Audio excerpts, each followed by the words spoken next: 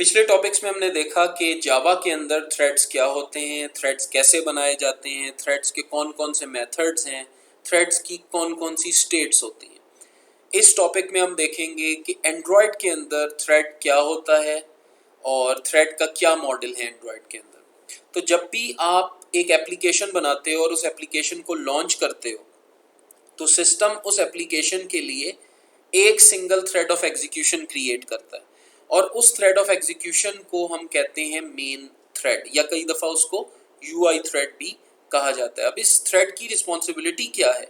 इस थ्रेड की रिस्पॉन्सिबिलिटी है तमाम यूज़र इंटरफेसेस जिसके अंदर लेआउट्स भी हैं, व्यूज़ भी हैं, उन तमाम की स्क्रीन के ऊपर ड्राइंग, ये यूआई थ्रेड की रिस्पॉन्सिबिलिटी है।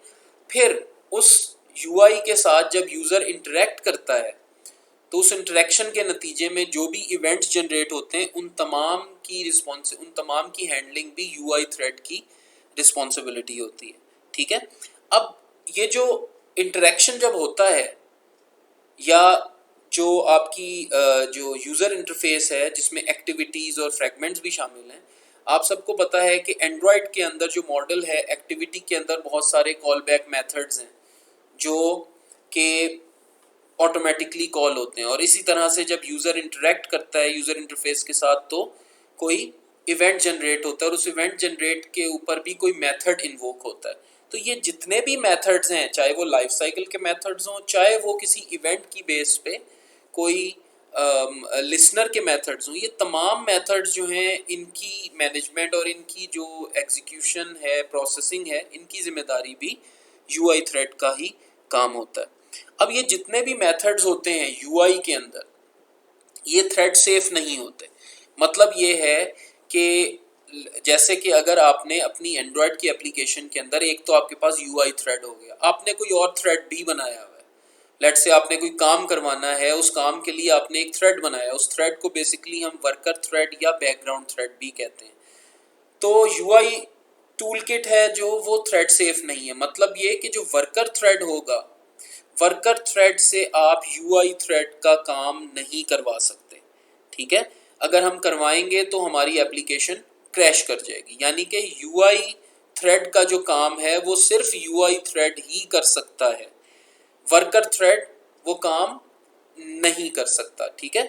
इसका मतलब ये है कि जो एंड्रॉयड का सिंगल थ्रेड मॉडल है उसके दो ही रूल्स हैं। ठीक। पहला रूल क्या है? यूआई थ्रेड को ब्लॉक नहीं करना। मतलब ये कि आप कोई ऐसा काम यूज़र इंटरफेस या यूआई थ्रेड में मेन थ्रेड में या यूआई थ्रेड में नहीं करोगे, ऐसा कोई कोड नहीं करोगे जो टाइम कंज्यूमिंग होगा। अगर आपने कोई ऐसा कोड लिख दिया यूआई थ्रेड के पोर्शन में जो टाइम कंज्यूमिंग कोड है तो आपकी एप्लीकेशन अनरिस्पॉन्सिव हो जाएगी। ठीक है। तो पहला रूल यूआई थ्रेड को ब्लॉक नहीं करना। दूसरा रूल क्या है कि जो यूआई टूल किट के जो काम हैं वो हम यूआई थ्रेड से के बाहर किसी वर्कर थ्रेड या बैकग्राउंड थ्रेड से नहीं करवा सकते। ये दूसरा रूल है इसका।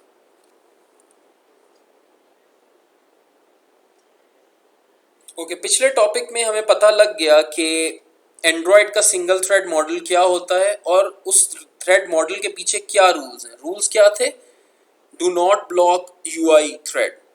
ठीक है। और दूसरा रूल क्या था कि यूआई थ्रेड का काम वर्कर थ्रेड नहीं कर सकता। ठीक। अब इन्हीं दो रूल्स को देखते हुए इनकी इम्प्लीकेशंस देखते हैं कि अगर हम इन रूल्स को वायलेट करते हैं तो क्या होगा। तो सबसे पहले तो अगर हम रूल नंबर 1 वायलेट करते हैं कि हम टाइम कंज्यूमिंग टास्क जो है वो टाइम कंज्यूमिंग टास्क परफॉर्म करते हैं अपने यूआई थ्रेड के अंदर, तो उसकी इम्प्लीकेशन क्या होगी? उसकी इम्प्लीकेशन ये होगी कि आपकी एप्लीकेशन नॉन रिस्पॉन्सिव हो जाएगी। क्योंकि यूआई थ्रेड का आपको मैंने बताया है कि क्या काम है?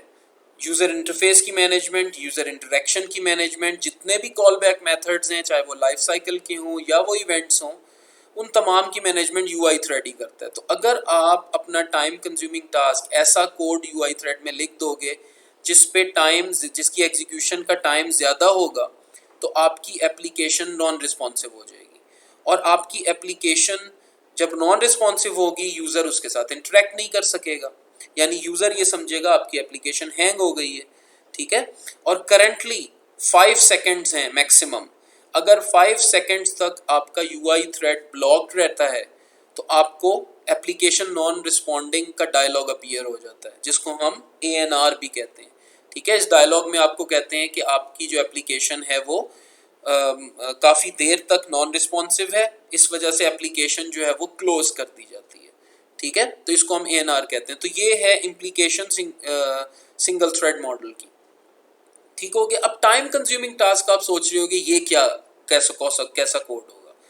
तो तमाम वो कोड, ठीक है, जिसकी कोड की एग्जीक्यूशन में ज़्यादा टाइम लगे उसको हम कहते हैं टाइम कंज्यूमिंग कोड।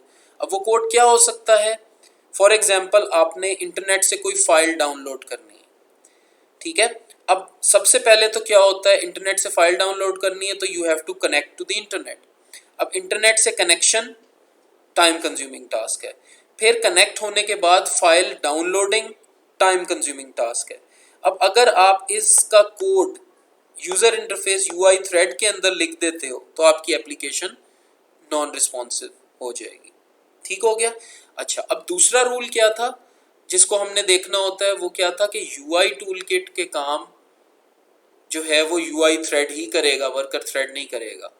तो अब हम क्या करते हैं, हमने वर्कर, चलो टाइम कंज्यूमिंग टास्क था, हमने उसके लिए वर्कर थ्रेड बना दिया। ठीक है, वर्कर थ्रेड वो टाइम कंज्यूमिंग टास्क कर रहा है। लेट्स से वर्कर थ्रेड का क्या काम है, connect to the internet, download some file. अब जब वो फाइल डाउनलोड हो गई, वर्कर थ्रेड ने अपना काम कर लिया। अब वर्कर थ्रेड ने नोटिफाई करना है यूजर को कि फाइल डाउनलोड हो गई है। अब नोटिफाई कैसे वो करेगा, वो यूजर इंटरफेस के ऊपर कोई मैसेज देगा। अब वर्कर थ्रेड यूजर इंटरफेस के ऊपर डायरेक्ट यूजर इंटरफेस का काम नहीं कर सकता। ठीक है, यूआई थ्रेड का काम यूआई थ्रेड ने ही करना है। अगर हम वर्कर थ्रेड से यूआई थ्रेड का काम करवाएंगे, फॉर एग्जांपल हम क्या करें, एडिट टेक्स्ट है हमारे पास, उसके ऊपर हमने कहना है कि जी फाइल इज डाउनलोडेड। हम वर्कर थ्रेड में लिखते हैं edit text dot set text और उसके अंदर टेक्स्ट कह देते हैं फाइल डाउनलोडेड। जैसे ही हम ये कोड एग्जीक्यूट करेंगे आपकी एप्लीकेशन क्रैश हो जाएगी। ठीक है, वो क्यों क्रैश हुई? बिकॉज हमने रूल नंबर 2 वायलेट किया कि वर्कर थ्रेड ने यूआई थ्रेड का काम करवाया है। ठीक है, तो ये इम्प्लीकेशंस हैं सिंगल थ्रेड मॉडल की। पिछले टॉपिक्स में हमने देखा एंड्रॉयड का सिंगल थ्रेड मॉडल क्या है, उसके रूल्स क्या हैं। फिर हमने देखा कि अगर हम उन रूल्स को वायलेट करते हैं तो उसकी इम्प्लीकेशंस क्या हैं। ठीक है, तो एक रूल की जो इम्प्लीकेशन है उसको तो हम रिमूव कर सकते हैं कि हम लॉन्ग रनिंग या टाइम कंज्यूमिंग टास्क के लिए वर्कर थ्रेड बना दें। और दूसरा जो रूल है उसको, उसकी इम्प्लीकेशन को रिमूव हम कैसे कर सकते हैं कि वर्कर थ्रेड अपना काम करे और यूआई थ्रेड अपना काम करे। अब जैसे कि मैंने आपको एग्जांपल पिछले उसमें भी दी थी कि हम ने एक टाइम कंज्यूमिंग टास्क है जो कि फाइल की डाउनलोडिंग है इंटरनेट से, वो करवाना है। तो उसको हम यूआई थ्रेड में तो नहीं लिखेंगे because it is time consuming. हम उसके लिए एक वर्कर थ्रेड बना देते हैं। अब जब वो काम हो जाएगा तो यूज़र को नोटिफाई भी करना है। और मैंने आपको कहा था कि हम कोई एडिट टेक्स्ट में कोई मैसेज दे देंगे यूआई को कि जी काम हो गया। अब worker thread direct UI thread के ऊपर यूआई टूलकिट को यूज़ नहीं कर सकता वर्कर थ्रेड। ठीक है, उसको उसके लिए हमें कुछ मेथड्स एंड्रॉयड प्रोवाइड करता है जिनको यूज़ करके हम वर्कर थ्रेड से यूआई टूलकिट के मेथड्स को कॉल कर सकते हैं। ठीक है, और वो कौन कौन से मेथड्स हैं जो एंड्रॉयड हमें प्रोवाइड करता है। एक तो एक्टिविटी की क्लास का मेथड है रन ऑन यूआई थ्रेड। ठीक है, इसके अंदर हम एक नया रनेबल बनाएंगे और उस रनेबल के अंदर हम वो काम करवाएंगे जो यूआई टूलकिट से रिलेटेड है। दूसरा है किसी भी ऑब्जेक्ट का, किसी भी जो आपके व्यू के ऑब्जेक्ट हैं, जैसे आपका बटन है, आपने बटन लगाया हुआ है तो उसका मेथड पोस्ट का आप कॉल कर सकते हो। और उस मेथड के अंदर भी आप रनेबल पास करोगे और उस रनेबल में आप बताओगे कि आपने यूआई टूलकिट का कौन सा मेथड कॉल करना है। ठीक है, फिर एक और मेथड है पोस्ट डिलेड का, जिसके अंदर हम रनेबल भी पास कर देते हैं और एक टाइम बता देते हैं कि ये जो पोस्ट है ये कितने टाइम के बाद यूआई टूलकिट का मेथड कॉल होगा। ओके, अब हम एक छोटी सी एग्जांपल देख लेते हैं कि वर्कर थ्रेड हम एंड्रॉयड में कैसे यूज़ कर सकते हैं। ठीक है, ये जो राइट साइड के ऊपर आपको कोड नज़र आ रहा है, इसके अंदर हमने देखा है कि हम किसी क्लिक के इवेंट के ऊपर एक नया थ्रेड क्रिएट कर रहे हैं। ठीक है, क्लिक के इवेंट के ऊपर एक नया थ्रेड क्रिएट कर रहे हैं और उस थ्रेड के अंदर हम कोई टाइम कंज्यूमिंग टास्क करवा रहे हैं। ठीक है, फॉर एग्जांपल कि ये जो टाइम कंज्यूमिंग टास्क है, इसमें क्या है कि कोई इमेज इंटरनेट से डाउनलोड होता है और फिर उस इमेज को हमने इमेज व्यू के ऊपर डिस्प्ले करवाना है। यानी कि इमेज पहले डाउनलोड होगा, ये जो टाइम कंज्यूमिंग टास्क है इसमें इंटरनेट से इमेज डाउनलोड होगा, उसके बाद उस इमेज को हमने इमेज व्यू के ऊपर डिस्प्ले करना है। अब ये जो ऑन क्लिक के ऊपर एक नया थ्रेड बना है, new thread, this is the worker thread. ठीक है, इस वर्कर थ्रेड के अंदर टाइम कंज्यूमिंग टास्क होता है। टाइम कंज्यूमिंग टास्क कंप्लीट होने के बाद अब मैंने वो इमेज जो डाउनलोड हुआ है उसको डिस्प्ले करना है। अब डिस्प्ले मैंने आपको बताया था, worker thread directly UI tool kit का मेथड कॉल नहीं कर सकता। यानी कि ये वाला जो कोड है image view dot set image bitmap, ये डायरेक्टली हम इमेज इसमें नहीं लिख सकते वर्कर थ्रेड में। तो इसके लिए हमने क्या देखा था कि वर्कर थ्रेड के अंदर कौन से मेथड हम यूज़ कर सकते हैं, एक्टिविटी का रन ऑन यूआई थ्रेड या फिर जो व्यू है उसका पोस्ट का मेथड। तो यहाँ पे हम व्यू का पोस्ट का मेथड यूज़ कर रहे हैं, इमेज व्यू, क्योंकि इमेज व्यू हमारे पास जो है यूआई एलिमेंट है या विजेट है, उसका पोस्ट का मेथड, और पोस्ट में मैं एक रनेबल पास कर रहा हूँ और उस रनेबल के अंदर मैंने वो काम करवाया है जो यूआई टूल किट का काम है। तो अब ये जो मेथड है, ये जो आपको नज़र आ रहा है यहाँ पे इमेज व्यू डॉट पोस्ट, उसमें रनेबल दिस, ये गारंटीड है कि ये वाला जो कोड है ये हमेशा यूआई थ्रेड के ऊपर रन होगा। तो ये जो आपका वर्कर थ्रेड है उसका काम यहाँ तक है, टाइम कंज्यूमिंग टास्क। उसके बाद ये वाला जो काम है, ठीक है, ये गारंटीड है कि ये यूआई थ्रेड के ऊपर चलेगा। ठीक है, तो this is how we use the worker thread. लेकिन ये जो मॉडल आपके सामने नज़र आ रहा है, ये अगर आप जैसे जैसे आपकी एप्लीकेशन की कॉम्प्लेक्सिटी बढ़ती जाएगी और यूआई थ्रेड और वर्कर थ्रेड आपस में कम्युनिकेशन उनकी जैसे जैसे बढ़ती जाएगी, एप्लीकेशन कॉम्प्लेक्स होगी, आपका ये वाला जो मॉडल है ये काफ़ी ज़्यादा कॉम्प्लेक्स होता जाएगा। ठीक है, कॉम्प्लिकेटेड होता जाएगा। तो इसी के लिए जो है हमारे पास जो एंड्रॉयड है वो हमें एक हैंडलर की क्लास प्रोवाइड करता है, जो जिसमें हमारे लिए जिसको यूज़ करके हम इस तमाम कॉम्प्लेक्सिटी को किसी हद तक कम कर सकते हैं। ओके जी, हैंडलर की क्लास में जाने से पहले हम एक एप्लीकेशन देखते हैं कि छोटी सी एप्लीकेशन, एक एग्जांपल एप्लीकेशन है जिसके अंदर हम एक इंटरनेट से फ़ाइल डाउनलोड करते हैं और उस फाइल को हम ओपन करते हैं अपनी इस एप्लीकेशन के थ्रू। ठीक है, तो अब इसके अंदर जो वर्कर थ्रेड का काम है वो क्या है, वो फाइल डाउनलोड वाला जितना भी प्रोसेस है वो वर्कर थ्रेड का काम है। ठीक है, और इसके बाद जितने भी यूआई से रिलेटेड काम हैं वो तमाम यूआई थ्रेड का काम है। तो हम देखते हैं कि हम किस तरह से इसकी इम्प्लीमेंटेशन कर सकते हैं। तो एप्लीकेशन क्या है कि हमने एक ऐसी ऐप बनानी है जिसमें हम एक यूआरएल दें और उस यूआरएल के बाद डाउनलोड का बटन प्रेस करें, वो फाइल डाउनलोड हो और फिर उसके बाद हम उस फाइल को ओपन करके देख सकें कि फाइल में क्या है। ठीक हो गया। तो अब इस एग्जाम्पल को मैं आपको एक्सप्लेन करता हूँ कि ये जो मैंने अभी कोड बनाया है इस एग्जाम्पल के लिए ये कैसे वर्क होता है। तो क्योंकि अभी हमने हैंडलर नहीं पढ़ा तो हम हैंडलर को इसमें नहीं लाएंगे। हम इसको अभी किस तरह से बनाएंगे, हम एक वर्कर थ्रेड बनाएंगे और उस वर्कर थ्रेड में वो जो एंड्रॉयड हमें मेथड्स प्रोवाइड करता है रन ऑन यूआई थ्रेड के और पोस्ट के मेथड, उनको यूज़ करके हम जो है वो इस एप्लीकेशन को बनाते हैं। तो सबसे पहले तो इसकी जो लेआउट है वो क्या है।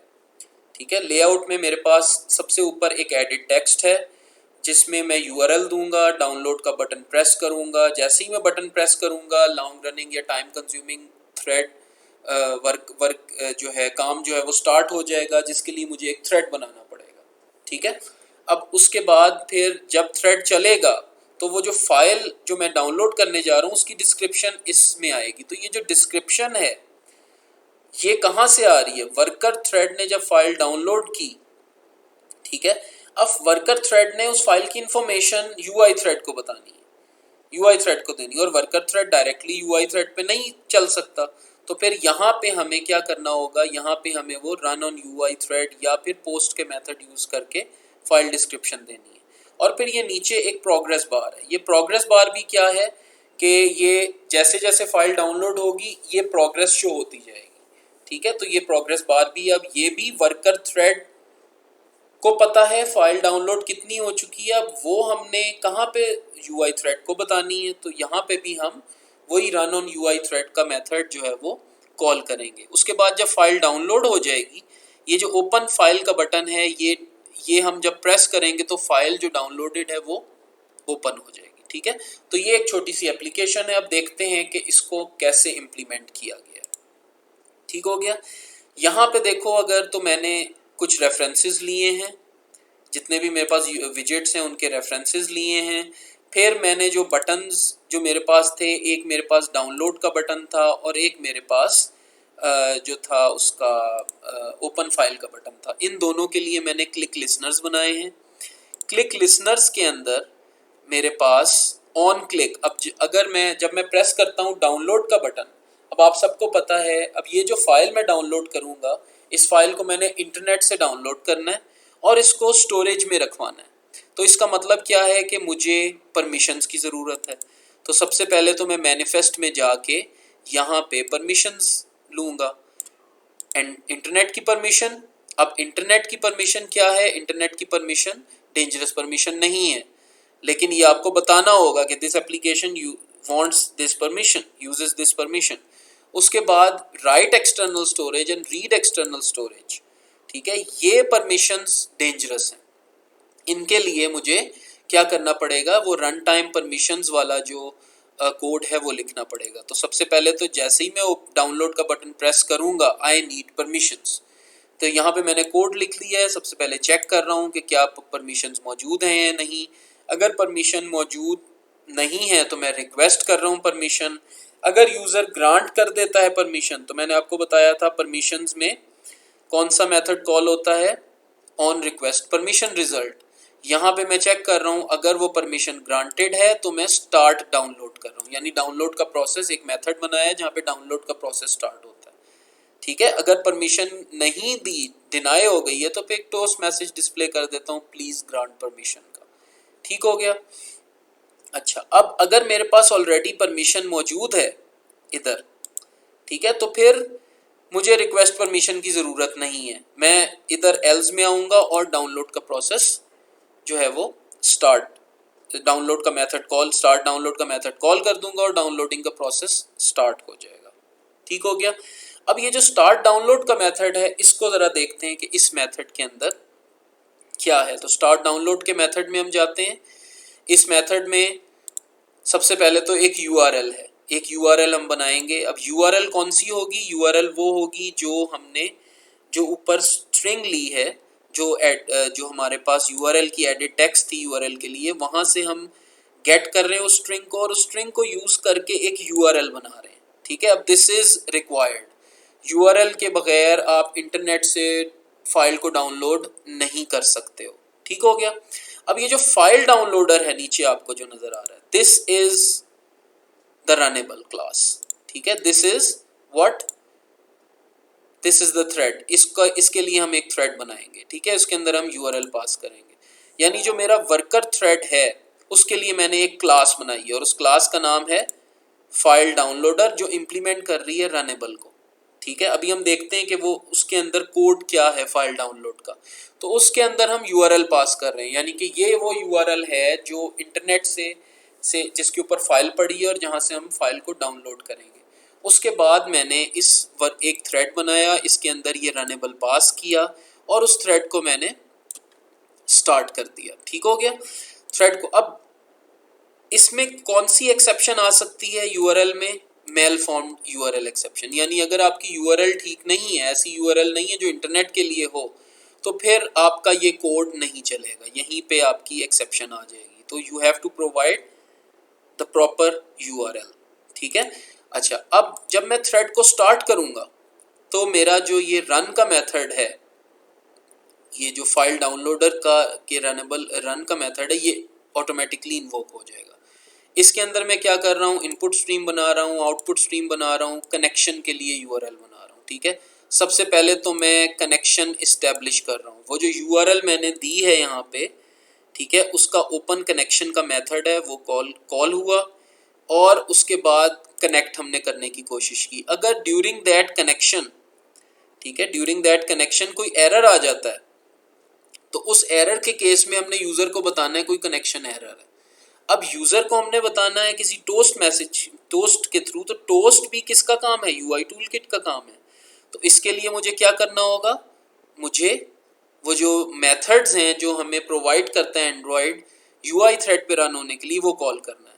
तो ये मैसेज वर्कर थ्रेड से यूआई थ्रेड, वर्कर थ्रेड जो है वो भेज रहा है, यूआई थ्रेड पे भेजना है। तो उसके लिए मुझे रन ऑन यूआई थ्रेड मैंने कॉल किया, उसके अंदर एक नया रनेबल पास किया और उसके अंदर वो मैसेज मैंने पास कर दिया। अब ये कोड जो है ये गारंटीड है कि ये यूआई थ्रेड के ऊपर रन होगा। अगर हम इसमें ये नहीं करते और सिंपली टोस्ट यहाँ पे लिख देते हैं तो आपकी एप्लीकेशन क्रैश हो जाएगी। ठीक हो गया। तो ये तो हो गया कि अगर हमारे पास कनेक्शन का कोई एरर आ जाता है, उस केस में क्या क्या होगा। अगर कनेक्शन का एरर नहीं आता तो ये वाला कोड नहीं चलेगा।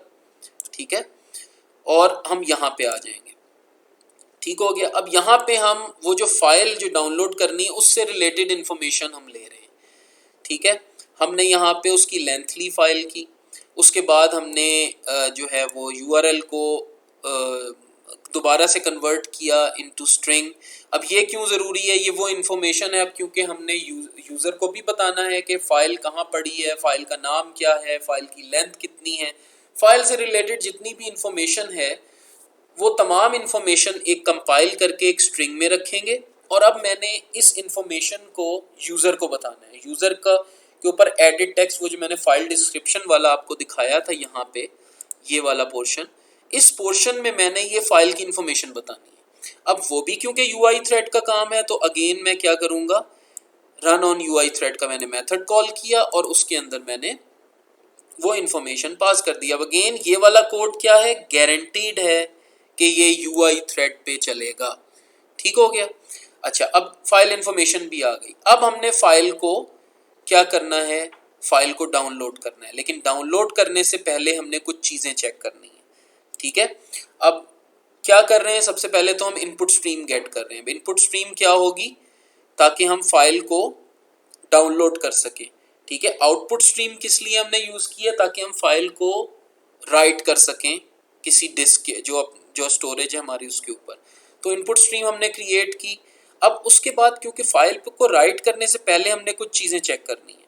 अब क्योंकि हमने एक्सटर्नल स्टोरेज पे राइट करनी है तो हम चेक कर रहे हैं कि जो एक्सटर्नल स्टोरेज है क्या वो मौजूद है या नहीं। ठीक है, यानी कि हमारा कोई मीडिया, कोई एक्सटर्नल स्टोरेज, कोई एसडी कार्ड वगैरह एंड्रॉयड के अंदर है या नहीं है। ठीक है, तो उसके लिए हम ये कंडीशन लगा रहे हैं। उसके बाद अगर ये कंडीशन ट्रू हो जाती है तो फिर हम इसके अंदर आएंगे। अब यहाँ पे हमने सबसे पहले तो वो पाथ गेट करना है जहाँ पे हमने फाइल को राइट करना है। अब मैं कहाँ पे राइट करना चाह रहा हूँ फाइल को, मैं चाह रहा हूँ कि वो डाउनलोड्स की जो डायरेक्टरी है एक्सटर्नल फाइल्स के ऊपर, वहाँ पे जो है वहाँ पे डाउनलोड हो ये फाइल। ठीक है, तो वो मैं पाथ क्रिएट करता हूँ और अगेन अब ये वाला पाथ मैंने यूज़र को भी बताना है कि फ़ाइल डाउनलोड होके कहाँ पे पड़ी होगी। तो उसके लिए भी मैंने डिस्क्रिप्शन, फाइल डिस्क्रिप्शन के ऊपर दोबारा से एक मैसेज जो है वो मैं डिस्प्ले कराऊंगा। ठीक हो गया। अब मेरे पास फाइल पाथ जो है वो आ गया। अब मैं फ़ाइल डाउनलोड कर सकता हूँ। अब ये जो नीचे वाला जो कोड है ये तमाम फाइल डाउनलोड का कोड है। ठीक है, अब इस फाइल डाउनलोड के अंदर हम एक लूप लगाते हैं, बाइट बाय बाइट जो है वो रीड करेगा, जो है ये डाटा बाइट्स में रीड करेगा और उन बाइट्स को वो फाइल पे राइट करवाता जाएगा। ठीक है, अब यहाँ पे जो ये कोड आपको, ये जो वाली जो चीज़ नज़र आ रही है, ठीक है, ये कोड जो नज़र आ रहा है इसके अंदर मैं क्या कर रहा हूँ, प्रोग्रेस शो मैंने करवानी है कि फ़ाइल कितनी डाउनलोड हो चुकी है। अब ये प्रोग्रेस जो मैंने शो करवानी है, ये जो कोड है यहाँ पे, ये प्रोग्रेस के लिए है। यानी फ़ाइल की लेंथ कितनी है, फ़ाइल की कितनी लेंथ है, कितना अभी तक डाउनलोड हो चुका है, उसकी परसेंटेज मैंने प्रोग्रेस में सेट करनी है। ठीक, अब ये कोड भी UI थ्रेड का है, तो इसको भी मैं UI थ्रेड पे ही रन करूँगा। ठीक है, उसके बाद जो फाइल है उसका डाटा जो है वो राइट होता जाएगा। जब ये वाइल लूप ख़त्म हो जाएगा, ठीक है, तो टोटल फाइल पूरी की पूरी फाइल हमारी डाउनलोड हो जाएगी। ठीक, अब उसके बाद यहाँ पे ये वर्कर थ्रेड का आपका काम जो है ये ख़त्म हो गया। ठीक, ये कोड है किसके लिए, ये जो पूरा कोड आपको नज़र आ रहा है रन के मेथड के अंदर, यहाँ से लेके और यहाँ नीचे तक, ये तमाम कोड है इंटरनेट से किसी भी तरह की फ़ाइल को डाउनलोड करने के लिए। ओके, हमारी डेमो एप्लीकेशन अब इस वक्त करंटली रन हो रही है। अब हम देखते हैं कि हम ये किस तरह से काम कर रही है। ठीक है, तो फाइल URL के अंदर मैं एक URL दूंगा। ठीक, और ये URL किसी जो है वो सॉन्ग की URL है, MP3 फाइल है। ठीक है, इस पे मैं इसकी URL दे के और डाउनलोड का बटन प्रेस करता हूँ।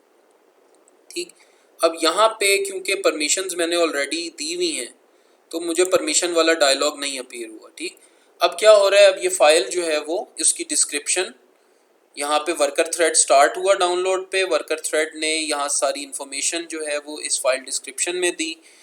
ठीक, उसके बाद ये प्रोग्रेस बार हमें शो कर रही है कि ये फ़ाइल कितनी डाउनलोड हो गई है। ठीक है, अब यहाँ पे इस वक्त करंटली फ़ाइल हमारी डाउनलोड हो रही है। ठीक हो गया। अच्छा, यहाँ पे आप देख सकते हो, यहाँ पे फ़ाइल का नाम आ रहा है, उसके बाद फ़ाइल की लेंथ भी बताई जा रही है, फिर ये हमें ये भी बता रहा है कि फ़ाइल किस जगह पे आपकी डिवाइस के ऊपर डाउनलोड हुई है। ठीक है, अब ये एक्सटर्नल स्पेस पे डाउनलोड हुई है, लेकिन ये जो स्पेस है ये इसको मैनेज कौन कर रहा है, इसको मैनेज आपकी ये जो एप्लीकेशन है डाउनलोडर यूजिंग वर्कर थ्रेड, ये एप्लीकेशन ही इसको मैनेज करती है स्पेस को भी।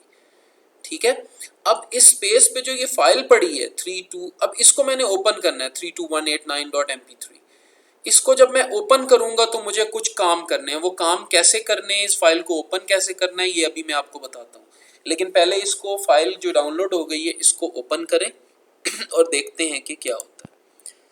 ठीक है, फाइल को मैंने जैसे ही ओपन किया तो जो फाइल थी अब ये एग्जीक्यूट होना शुरू हो गई। ठीक हो गया।